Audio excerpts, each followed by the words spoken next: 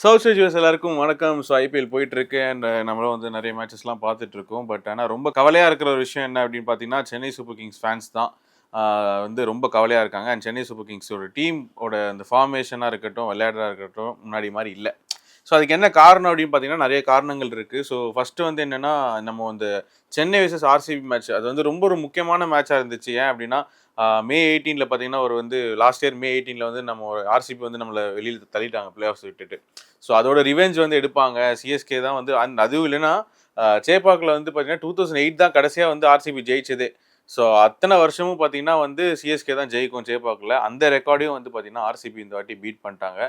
So அந்த மாதிரி நிறைய விஷயங்கள் வந்து மாறிச்சு. நிறைய எக்ஸ்போஸ் ஆச்சு அந்த மேட்ச்சில் அப்படின்னு சொல்ல முடியும். அதாவது நம்மளோட டீமோட ட்ரூ ஃபார்ம் என்ன கலரில் இருக்குது, ஃபார் எக்ஸாம்பிள் பேட்டிங்காக இருக்கட்டும், பவுலிங்காக இருக்கட்டும், யார் யார் எப்படி விளையாடுறாங்க அப்படின்றது ஃபுல் அண்ட் ஃபுல் எக்ஸ்போஸ் ஆயிடுச்சு அந்த கேமில் அப்படின்னு தான் சொல்ல முடியும். எஸ்பெஷலி வந்து அந்த ஓப்பனிங் பார்ட்னர்ஷிப், அதாவது வந்து அது ராகுல் திரிபாத்தியும் அதுக்கப்புறம் ரச்சின் ரவீந்திரா இறங்குறது வந்து பெரிய ஒரு மிஸ்டேக்கு. ருத்துராஜ் தான் வந்து ஓப்பன் பண்ணணும். ஏன்னா அவர் வந்து ஃபர்ஸ்ட்லேருந்தே வந்து சிஎஸ்கேக்கு ஓப்பன் தான் பண்ணிட்டு இருந்தாரு. பட் சடனாக ஏன் அவர் வந்து பார்த்தீங்கன்னா ஒன் டவுன் ஆடுறாரு அப்படின்றது மாதிரி ஒரு டவுட் இருந்துச்சு.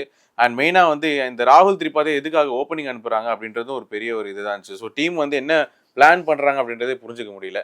அப்புறம் தீபக் ஹூடா கிட்ட கைக்கு வந்த கேஷ்லாம் நிறைய விட்டார். அதுக்கப்புறம் அவர் 2 கேம்ஸ் சான்ஸ் கொடுத்தாங்க. அதுவும் சரியாக பர்ஃபார்ம் பண்ணாத காரணத்தினால அவர் வந்து நேற்று ஒரு மேட்ச்சில் வந்து பார்த்தீங்கன்னா வெளியில் தூக்கிட்டாங்க.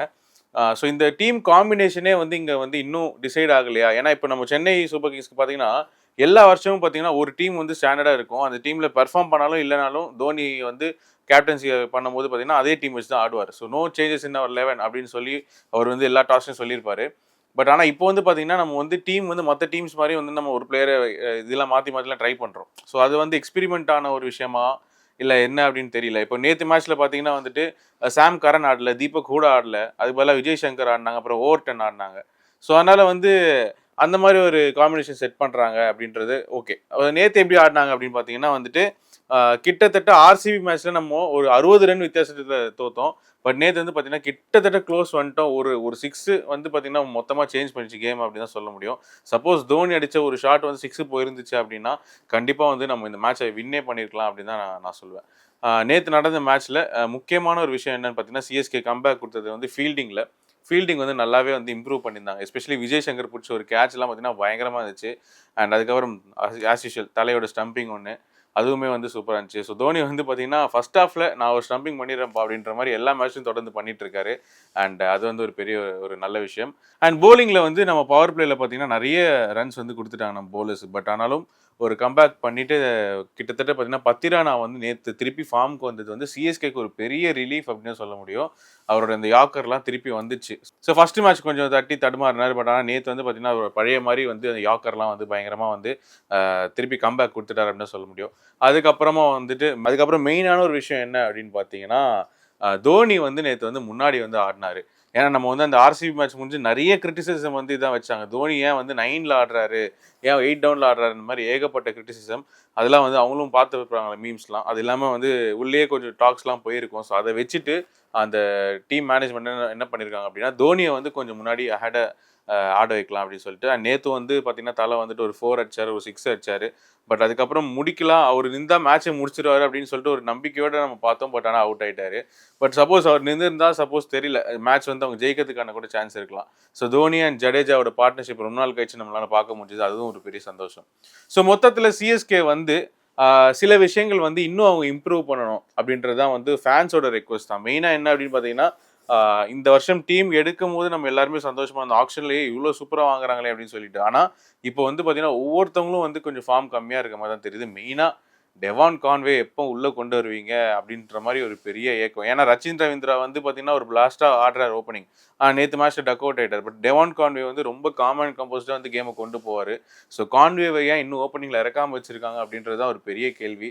அண்ட் இதுக்கு எல்லாத்துக்கும் பார்த்தீங்கன்னா வந்து சரி ஓகே, ஒரு 3 மேட்ச் ஆடணும், 2 மேட்ச் தோத்துட்டோம், ஒரு மேட்ச் வந்து ஜெயிச்சிட்டோம்.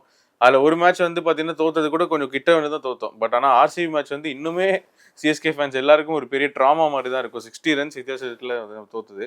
ஸோ அதனால் ஏப்ரல் 5 பார்த்தீங்கன்னா டெல்லி கேபிட்டல்ஸ் கூட ஆட போகிறோம். அதுக்கப்புறம் தொடர்ந்து நிறைய மேட்சஸ் வரப்போகுது. கேகேஆர் கூட, அதுக்கப்புறம் வந்து பஞ்சாப் கூடன்ற மாதிரி ஏகப்பட்ட மேட்சஸ். ஸோ அதனால் இதெல்லாம் எப்படி போகுது அப்படின்றது பொறுத்து தான் பார்க்கணும். பட் ஆஸ் அ சிஎஸ்கே ஃபேனாக பார்த்தீங்கன்னா அந்த லெகசி வந்து ரொம்ப ரொம்ப முக்கியம். ஏன்னா தோனி அப்படின்றவர் பார்த்தீங்கன்னா 5 ட்ரோஃபி வந்து ஜெயிச்சு கொடுத்துருக்காரு. அது இல்லாம சாம்பியன்ஸ் லீக்லும் பார்த்தீங்கன்னா சிஎஸ்கே ஜெயிச்சிருக்கு. ஸோ ஒரு பெரிய லெகசி இருக்கு. இந்த லெகசிய வந்துட்டு நெக்ஸ்ட் லெவலுக்கு கொண்டு போக முடியுமா அப்படின்னு சொல்லிட்டு ஒரு பெரிய கேள்விக்குறி இங்க வந்து எழுந்திருக்கு அப்படின்னு தான் சொல்ல முடியும். என்னன்னா இப்போ இப்போ கூட பார்த்தீங்கன்னா மேட்ச்க்கு வந்து அவ்வளோ டிக்கெட்ஸ் வந்து பார்த்தீங்கன்னா டிமாண்ட்ல இருக்கு. கிட்டத்தட்ட 10,000 20,000 கொடுத்துட்டு வந்து இந்த மேட்ச் வந்து பார்க்க வராங்க. ஆனா இதெல்லாம் யாருக்காக அப்படின்னா அந்த ஒரே ஒரு பேருக்காக தான். தல தோனிய பார்க்கறதுக்கு தான் இந்த கூட்டமே வருது. ஒவ்வொரு வருஷமும் இது கடைசி வருஷம், தோனியோட கடைசி வருஷம் அப்படின்ற ஒரு பிராண்டிங்ல பார்த்தீங்கன்னா வந்து இவங்க என்ன பண்றாங்க அப்படின்னா, டிக்கெட் சேல்ஸ் வந்து டிமாண்ட்ல வந்துட்டு ஹைல வைக்கிறாங்க. மக்களும் வந்துட்டு சரி ஓகே இதான் கடைசி தடவ தலையாட போற போய் பார்த்துடலாம்னு சொல்லி பயங்கரமா வந்து அவங்களும் 15,000 20,000லாம் குடுத்துறது வந்து பார்க்குறாங்க. ஆனாலும் பார்க்கும்போது பார்த்தீங்கன்னா, சரி ஓகே இவருனால டீமுக்கு ஏதாச்சும் இம்ப்ரூவ்மென்ட் இருக்குமா அப்படின்னு கேட்டீங்கன்னா, அது வந்து எப்படின்னு பார்த்தீங்கன்னா வந்து 50, 50 அப்படின்னு தான் சொல்ல முடியும். ஏன் அப்படின்னா, தோனி அப்படின்றவர் வந்து நமக்காக ஒரு லெகசிய செட் பண்ணி குடுத்துட்டாரு. இனிமேல் அவர் ஆடுற காலங்கள் வந்து நம்ம ஃபேன்ஸ் வந்து செலிப்ரேட் பண்ண வேண்டியது தான். அவர் வந்து ஆடும்போது இப்போ ஏன் எல்லாருமே கத்துறோம்?